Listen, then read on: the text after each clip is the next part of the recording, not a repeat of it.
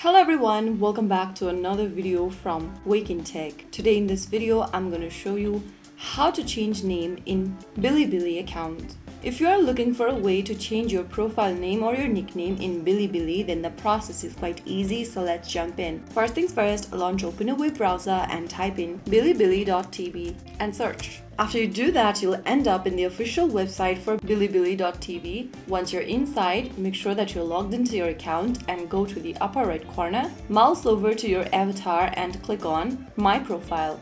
Inside the My Profile section, go to Nickname option, erase that name and write down a new name for yourself. Once you are done, go ahead and enter your bio on the next field that looks like this. Write whatever bio you have for yourself and then click on Update.